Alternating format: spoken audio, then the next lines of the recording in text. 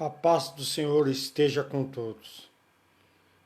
A palavra de hoje, eu quero falar sobre as armadilhas contra a família, baseado em Gênesis 2:18. E disse o Senhor Deus: não é bom que o homem esteja só. Farei uma adjuntora que esteja como diante dele. O que eu quero chamar a atenção aqui nessa mensagem é sobre os muitos perigos que a sociedade contemporânea enfrenta, e estão aquelas de natureza ideológica que planejam destruir a família. Essa palavra ela é baseada no versículo de Gênesis 2, versículo 18 ao 24. E disse o Senhor Deus: não é bom que o homem esteja só, farei-lhe uma adjuntora idônea para ele. Ou seja, quando Deus viu que a sua criação era muito boa, ele viu como sendo um resultado perfeito de seu plano criador neste momento. Entretanto, antes do final do sexto dia, ao observar o estado do homem como não bom, ele comentou sobre a deficiência dele, visto que a mulher, a contraparte de Adão, ainda não havia sido criada. As palavras desse versículo enfatizam a necessidade de uma companhia para o homem, uma auxiliadora, alguém à sua altura. Se alguém para complementar, ele estava incompleto para poder cumprir a tarefa de multiplicar-se, de encher a terra e exercer o domínio sobre a mesma. Isso aponta para a inadequação de Adão, não para a insuficiência de Eva. A mulher foi feita para suprir a deficiência do homem. Havendo, pois, o Senhor Deus da terra, Deus formado toda a terra,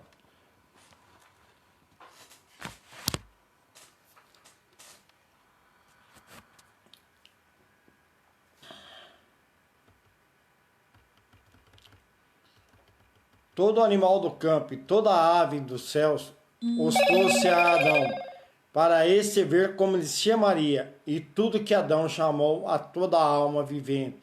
Isso foi o seu nome. Nessa passagem, não foi uma nova criação de animais. Esses haviam sido criados antes do homem no quinto e sexto dia. Aqui o Senhor Deus chamou a atenção para o fato de que ele havia criado da terra, assim como havia formado o homem. E este, que era uma alma vivente, a imagem de Deus, deveria dar o nome a todos os animais, desse modo expressando o seu governo sobre eles.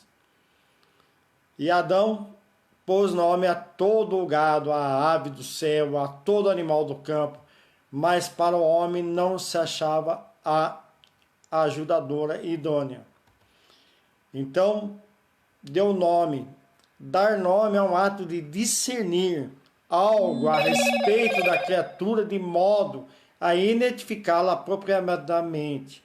Também é um ato de liderança ou autoridade sobre aquilo que se dá um nome. Não havia parentesco com nenhum animal, pois nenhum deles era a companhia adequada para Adão. Então o Senhor fez-o cair num sono pesado sobre Adão, e este adormeceu, e tomou uma das suas costelas e cerrou a carne em seu lugar. Em uma das suas costelas, isso também pode significar lados, incluindo a carne circundante, carne da minha carne. Ou seja, essa cirurgia divina realizada pelo Criador não apresentou problema. Isso também resultou-se no primeiro ato de cura registrado na Escritura. E da costela que o Senhor Deus tomou, o homem, formou uma mulher e trouxe a Adão. E disse Adão: esta é agora osso dos meus ossos, carne da minha carne. Essa será chamada mulher, porquanto do homem foi tomada. Ossos dos meus ossos, o poema de Adão, enfatizou a expressão da alegria de seu coração ao deparar com uma nova companheira.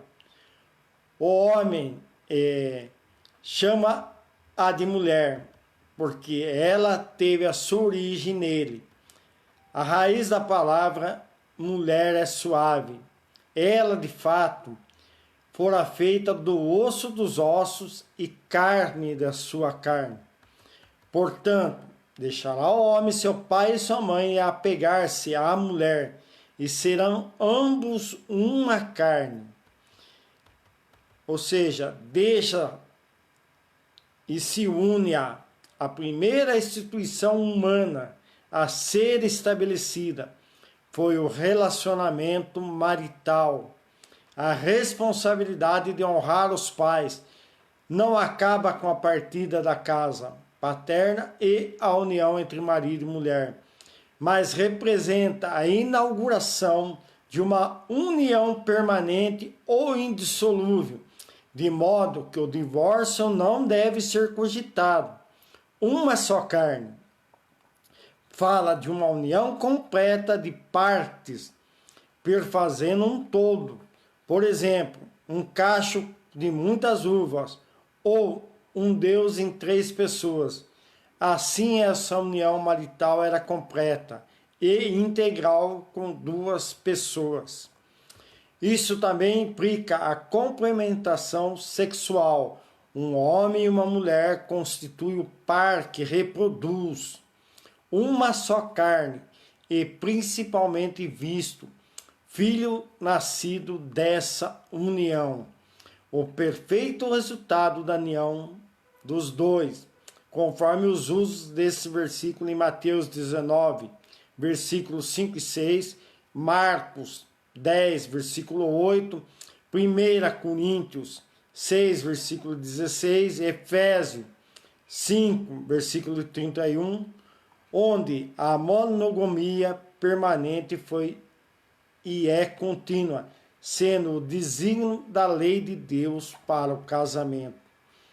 Família é um projeto de Deus e que há valores fundamentais sobre os quais ela está identificada. Tratamos aqui também dos perigos que rondam a família cristã. Velhas práticas como a infidelidade conjugal, bem como os modelos alternativos de construção familiar, são os perigos que têm demandado a nossa atenção. Contudo, há uma narrativa que faz passar a infidelidade conjugal como algo natural e normal. Mudou-se o rótulo, mas o veneno continua mortífero. Por outro lado, os pais devem ter cuidado a respeito das novas distorções da sexualidade, como a teoria de gender care. O que é isso, gender care? Gender care pode ser uma identidade de gênero não binária de pessoas trans ou uma identidade de pessoas de gênero binário que tem a expressão do gênero não binário, sendo que pode ser cis ou trans. Portanto, gender care se encaixa à não binaridade, podendo ser um gênero não binário ou não, depende da pessoa. Vigiemos, preste muita atenção no que isso quer dizer. Lá em Gênesis 2:24 está tratando da primeira família constituída na terra. O primeiro homem, Adão, unindo-se à primeira mulher, Eva, formando uma família que logo depois se expande para os primeiros filhos que nasceram. Repare, que foi Deus quem os criou, o que significa que a família é uma instituição divina, criada pelo próprio Deus, e é importante saber disso. A urgência de falar-se da família se dá porque nenhum outro órgão ou instituição tem sido tão agredido e violentado nesses últimos tempos como a família. Estamos assistindo sua derrocada como vítima de um sistema político. É importante que se frise essa causa e elucidemos as pautas esquerdistas contra a família, cultural e social, anti-Deus, anti-família. A mídia e os meios de entretenimento têm investido em programas, novelas e filmes, cuja premissa é uma inversão total dos valores familiares, liberalismo entre os filhos, adultério sendo visto como normalidade, sexo entre solteiros cada vez mais cedo, uma independência precoce dos filhos, levando às rebeldia dos pais. E nas próprias escolas, preste atenção aqui, vemos lições que são contrárias aos ensinos morais e familiares, descaracterizando assim, quase completamente, a família. O mundo vai de mal a pior. Isso é o fato, e isso é bíblico. Nós é que estamos deixando de fazer a nossa parte, que nos compete como sal e luz da terra. A maior culpa está em nós, integrantes da família cristã, o modelo de Deus para toda a humanidade. Então, famílias, vamos repensar essa modernidade. Não deixe que ela destrua o que Deus criou. Vamos cuidar de nossas famílias. Pai, eu quero interceder por toda a família cristã, que não se deixe levar por esta modernidade, que vem destruindo muitas famílias. Eu peço também por aqueles que se deixaram levar por estes ventos, que eles possam refletir e regredir para os caminhos do Senhor. Pai, eu intercedo pela minha família, minha esposa, meus netos, meus alunos, pelo meu trabalho, que o Senhor os proteja e os guarde, livrando de todas as setas do inimigo. Intercedo pelos pastores de nossa igreja, pela igreja, seus membros e toda a comunidade cristã. Agradeço, meu Pai, que esta mensagem traga identificação a todos que tiverem acesso a ela. Intercedo pelos nossos governantes, que o Senhor esteja à frente dessas eleições sobre o povo na escolha, que o Senhor ilumine aqueles que estão sendo levados por mentiras. Obrigado, meu Senhor.